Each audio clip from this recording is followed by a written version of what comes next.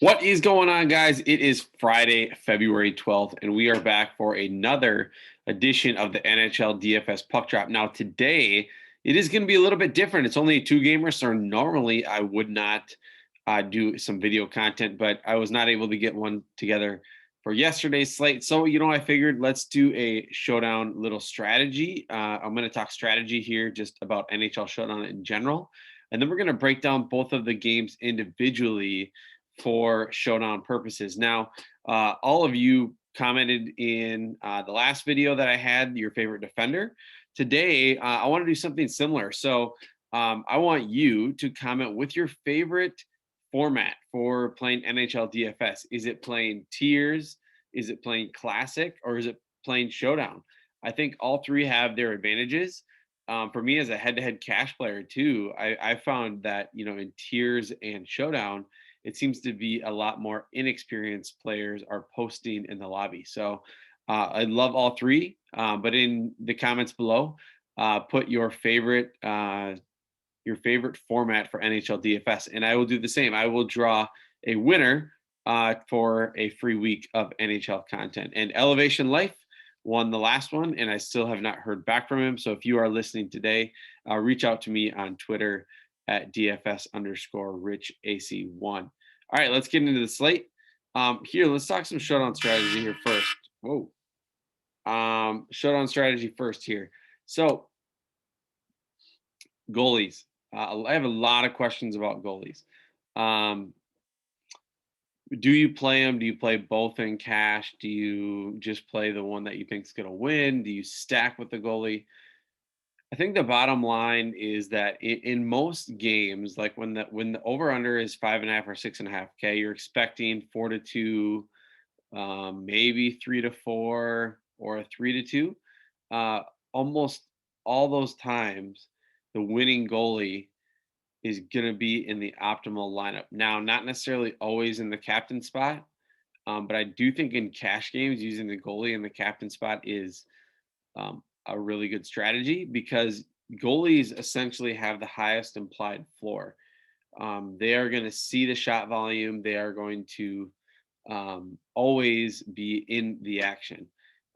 In NHL is similar a little bit to, let's say, like MLB, where you can have Connor McDavid, Austin Matthews, whoever it might be, one of the top players on the slate, and if they don't have a goal or an assist, then they're really dependent on their peripheral stats, and maybe they only put up like 5 or 6 DK.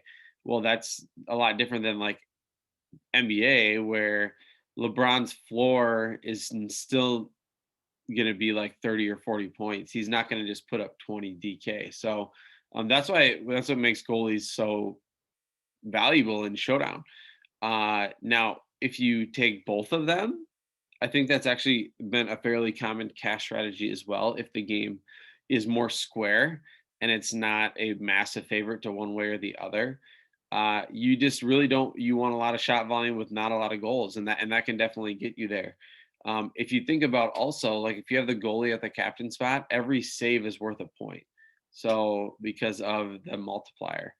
Um, so you'll see a lot of sharp players likely using, the favored goalie and then stacking with them, playing a 5-1 where you play majority of your players from the winning side and then one off with one player from the other side. So goalie in if GPP, I think is a good spot to fade both goalies, or games that have an over under of like 6.5 or 7, where you just feel like you want to get all the part of the goals. So the struggle is when you pay up and then you miss on goals, and then that goalie becomes definitely the play on that. So value, I think there is a ton of value, and the most common you're going to find is the min priced 2K values that pop up at line rushes. The guy that got inserted into the third line, that got inserted into the second D pairing, maybe skating on the first line, honestly.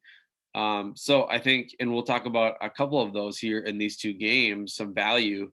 But I think if you are not willing to, similar to any of the slates, honestly, but if you're not willing to commit to checking line rushes as they come out, then I don't really think that it is in your benefit to be playing NHL DFS in terms of wanting to get the most bang for your buck, because I think there is a lot of value that comes out in those last 30 minutes before the game starts. Line stacking, I think, is actually less important in Showdown. And the reason I say that is that when you line stack in a classic slate or a slate that has multiple games, and you're targeting a game, you're targeting the guys that you think are going to score in that game. So you want that one event to happen in that game, and then you have now covered it. Now, when you are forced to play guys all from the same game, and you know there's going to be 2 to 3 goals at least from that side, you want an opportunity of catching more than one of those pieces of goals.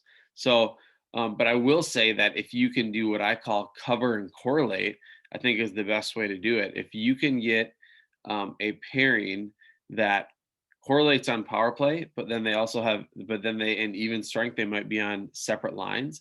That gives you equity in covering more of the goal scoring that could potentially happen on the slate, while also still being correlated on a power play goal. So I think it's less important. I think it's fine still to do, and something you always want to consider in NHL DFS. I just don't think it is an absolute must. The captain position, I touched on this a little bit already, but I think you'll see a lot of really sharp, high stakes players using goalie at the captain, or a player with a really high implied floor, which we don't always have, right?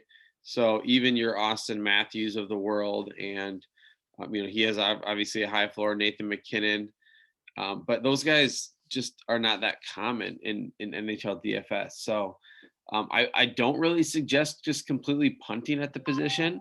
I think a lot of people do that because they want to jam in all the studs. But again, the studs don't all have enough floor to give up 1.5x multiplier that I would like to use for a goalie or somebody like Matthews. But so, and the goalies are going to be priced similar to those studs. So let's get into the first game here, and then we'll go from there. So I know my video is a little bit smaller up here today, but that is mainly because I don't want to block out anything important here. So Boston versus New York, the top targets I'm going to give you, and I'm not going to put the goalies on here. The favorite goalie for this game would be in Boston. They are about a -180 favorite on the road.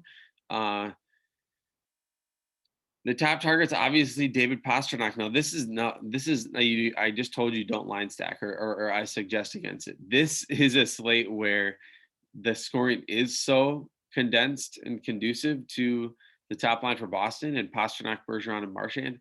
This is definitely a team that you can stack. I think the strategy I will likely take is using the goalie, likely. Pasternak's going to be a lock in my lineups.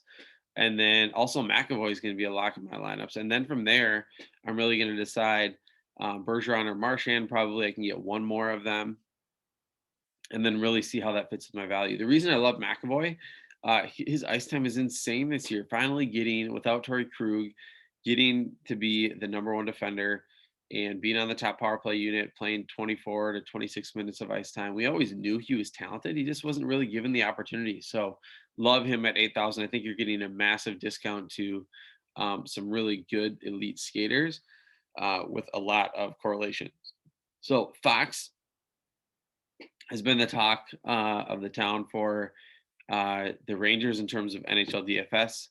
I think last game he had 4 shots on goal and 4 blocks. So he is just putting up a lot of stats that we like to see for NHL DFS. Not necessarily seeing like the goals and the assist as much, but a really high floor player. So here's some of the top values. Normally I'll be around 6,000 and lower for values. We have Strome here at 6,000, and I'm just going to pull up my line rushes as we talk here. So Strome is skating on the second line with Panarin and Kakko, and Kakko at 4,000 is one of my favorite values of the slate. He was 2,000 last slate. I think saw 19 minutes of ice time, so really good value for his price. Keandre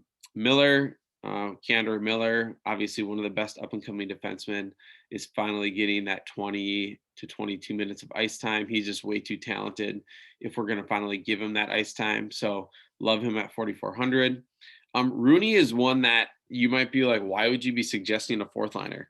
Rooney is one of those fourth liners, though, that kind of like Deloriers for Anaheim, that is always on the top PK unit. So it actually helps, they get a lot of opportunities for block shots, or maybe a shorthanded goal or an assist. But even though he's on the fourth line, he's still seeing, 11 to 13 minutes of ice time a game. So, and sometimes more. So he's had, 2 or 3 goals, I think, this season. And I think he's got some decent value there.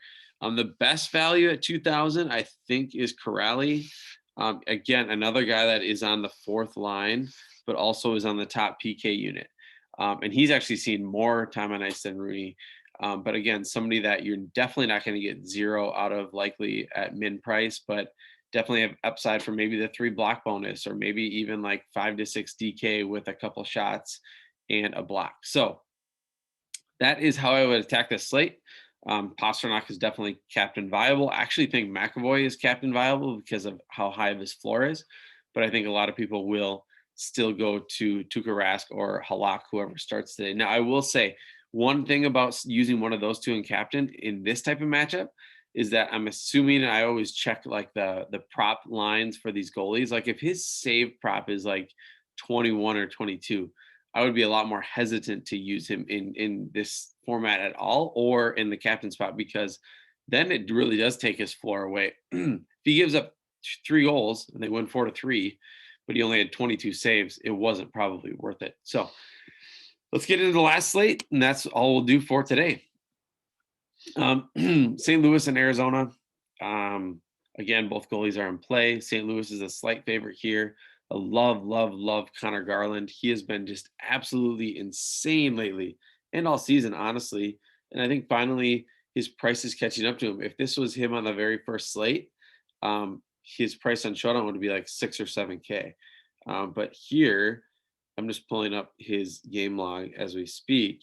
Connor Garland has 5 goals this season.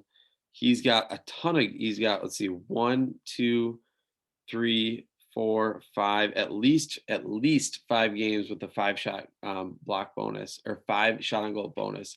He's got double digits in his last 6 games, and one of them over 20 points. So love him. He's going to have a high role. He's playing a lot of ice time. David Perron is finally getting back into form for St. Louis. A guy that just dominated in the playoffs last year, had a lot of 5-shot on goal games. I think is finally getting that offensive volume back. And for 8,800, I think he's one of my favorite St. Louis skaters. I much prefer him over Shen. Shen is way more goal or assist dependent, where Perron can definitely get there just on shots on goal alone. Parayko is another player who has benefited from the exit of Pietrangelo. He is playing more ice time. He is getting a lot of peripherals as well. Is always in play for the 3 block bonus. I love him there at 8,200. And on the other side, in a very similar position, is Jakub Chikrin, who I think I pronounced that right, has been just a stud for Arizona. In the last 2 games, he's got 21.4 DK and 22.8, playing 26 minutes of ice time in the last game. Now, I will say Oliver Ekman-Larsson could be back today, which could downgrade him just slightly, but I still think he is a very good floor player, has a lot of upside with getting the block and shot on goal bonuses. Christian Dvorak, talk about somebody who's also been an insane heater lately. Last game, he had 22.1 DK, skated 24 minutes on ice time for an attacker is insane. Had a dud in one of the other games against St. Louis, but before that, he had games of 19.3, 31.8, and 20 DK. So I love him and Garland here. So great options, and Dvorak is just mega cheap in my opinion. Keller has struggled most of the season. On the last 2 games, he's had goals at 6,400. I think he's viable, but not something that I am overly wanting. Tyler Pitlick, his price is cheap enough. He's now up to the second line, but still getting top power play run. So I like him there. Sundqvist, I think, let me double check if he is getting where he got bumped in the lines. He is on the 3rd line with Hoffman and Sanford. So I really like his role. Centering somebody like Hoffman gives him a lot of assist equity. Barbashev is going to actually be on the top line, which I love him at 3,800 with Perron. So that's somebody that you could pair with Perron and Ryan O'Reilly. I didn't put O'Reilly on here, but I think I saw he's averaging like 22 minutes of ice time as well. So definitely a cash play when you're playing that much. And then Hjalmarsson here at the bottom is a defender, another defender for Arizona. I would just pay attention to line rushes today just to make sure. I assume he's still going to be on that second pairing.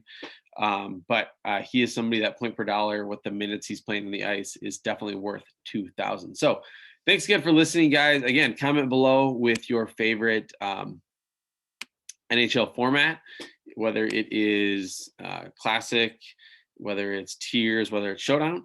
And if you're not a subscriber, subscribe to the channel. Hit the like button. It's greatly appreciated. To qualify for that contest, you need to be subscribed to the channel, comment, and like the video. All right. Thanks a lot. Have a good one.